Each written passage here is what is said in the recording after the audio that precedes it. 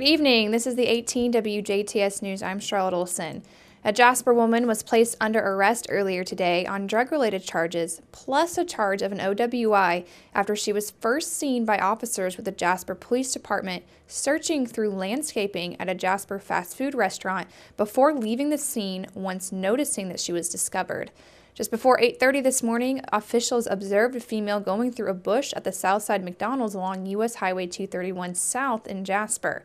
One of the officers recognized the female as being 40-year-old Dawn Prechtel of Jasper and had worked a crash with her earlier at that same location. Police say that Prechtel saw the officers and left the area quickly. Two officers, along with the department's K-9 unit, went to McDonald's and upon doing so located a maroon pouch near the base of the bush. Police say that there were two syringes sticking out of the top of the pouch, and upon further investigation, it was discovered that the pouch contained two fully loaded syringes that contained a clear liquid. Another empty syringe, a clear plastic baggie containing a grayish powder, a clear plastic baggie containing a crystal-like substance, and 5 different types of medication. Police say that after discovering the items, Prechtel was located in her running vehicle nearby in the Big Lot parking lot. Prechtel was detained for investigation, and authorities say that the items located were determined to be hers. They say that while officers were conducting the investigation, Prechtel showed signs of impairment. She was taken to Memorial Hospital for a certified chemical test. And there, Prechtel tested positive for the presence of methamphetamine, opioids, amphetamines, benzodiazepines, and oxycodone. Police say that evidence located at McDonald's was taken to Jasper Police Department, where it was field tested and identified. The gray powder and liquid in the syringes both tested positive for the presence of heroin, and the crystal-like substance field tested positive for meth. Prechtel was taken to and booked into the DuBois County Security Center on charges of possession of a syringe, possession of heroin, possession of methamphetamine, maintaining a common nuisance, 5 counts of possession of a controlled substance, and also was charged with operating while intoxicated. Evansville police arrested a 17-year-old Wrights High School student on intimidation charges yesterday following a concerning message that was found in a student bathroom. The arrest stemmed from an investigation that began after school had dismissed on Tuesday, the 14th of February. The investigation began when a school employee notified the school resource officer about a message written on a bathroom stall door. The message referred to an act of violence at the school that was to have happened on the 14th. Classes had already ended for the day and no incidents were reported to the school staff or police. During the investigations, police were able to determine who had been in the bathroom prior to the message being found. Police were then able to identify a potential suspect. The suspect was questioned and the message and gave a confession. He was placed at the Youth Care Center and charged with felony intimidation. Due to his age, his identity is not being released. A member of the emergency department at Jasper's Memorial Hospital and Healthcare Center has been named as the next recipient of the hospital's Daisy Award. Doris Hof, an RN in the emergency department at the hospital, has been described as always treating patients with respect and dignity, no matter what their situation is, and for also being persistent for what she feels is right and in the best interest of the patient. The Daisy Award is an international program that rewards and celebrates the extraordinary clinical care and compassionate care that's given by nurses every day. Memorial Hospital and Healthcare Center says that they are proud to be a Daisy Award partner, which recognizes one of their nurses with this special honor every quarter. A unique fitness routine is drumming up steam at the St. Minard Arch Abbey, and it's set to hold a 4-week wellness program known as Pound.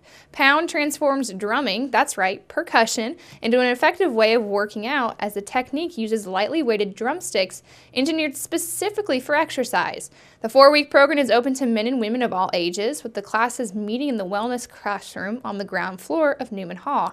Sessions will be held every Thursday in March, beginning on the 8th from 7 to 7:45 a.m. Central Time, and April Ebert is the instructor. Instead of listening to music, you become the music in this full-body workout that combines cardio, conditioning, and strength training with yoga and Pilates-inspired movements. To register or for more information, you can contact Jill Memmer at 812-357-6616.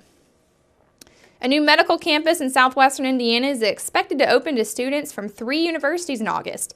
Construction on the facility in downtown Evansville is about 80% complete, and the facility will host students from IU, the University of Southern Indiana, and U of E. IU officials said that they hope that the new facility's urban setting can be an effective recruiting tool for students.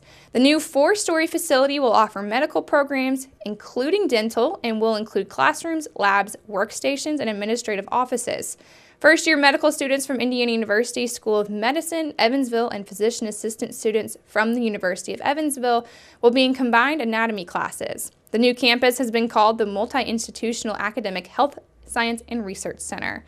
But officials said it's likely to change before classes begin on August the 6th to give it a more sufficient identity. It's unclear how many of the campus's students will live downtown and how many will also commute to the facility. Workshops and seminars on how to keep yourself safe and protect others during assault are becoming more common as the latest tragic accidents and events unfolded in Florida this past month.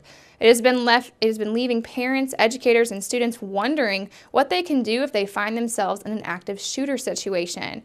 Tonight in Martin County, the Sheriff's Office will be hosting an active shooter survival workshop. The workshop will take place at the Martin County Community Building and will provide training on how to increase your odds of surviving an active shooter event. The program, which will place emphasis on the concept of run, hid, fight, will be taught by local law enforcement officers. Officials with the County Sheriff's Office say that they hope that the workshop will equip citizens with skills to help increase survivability in an active shooter scenario. The event is free and registration is not necessary. Candidates in Indiana's Republican Senate primary squared off Tuesday night for a harsh debate that was much like the campaign.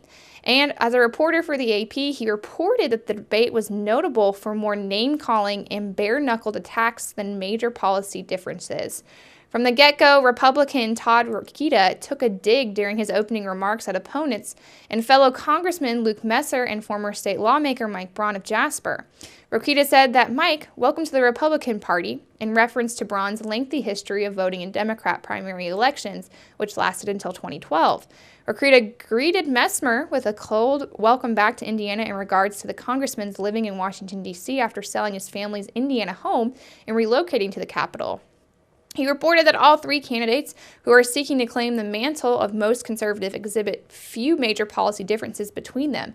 He says most of what distinguished them during the evening was style. However, during the hour-and-a-half-long debate, there were some differences. Rokita attacked Braun over his 2016 vote in the legislature for an infrastructure spending package that increased dozens of fees and hiked Indiana's per-gallon fuel tax by 10 cents, after he himself had advocated for the same sort of infrastructure-related tax increase in 2015 that Braun voted for the following year.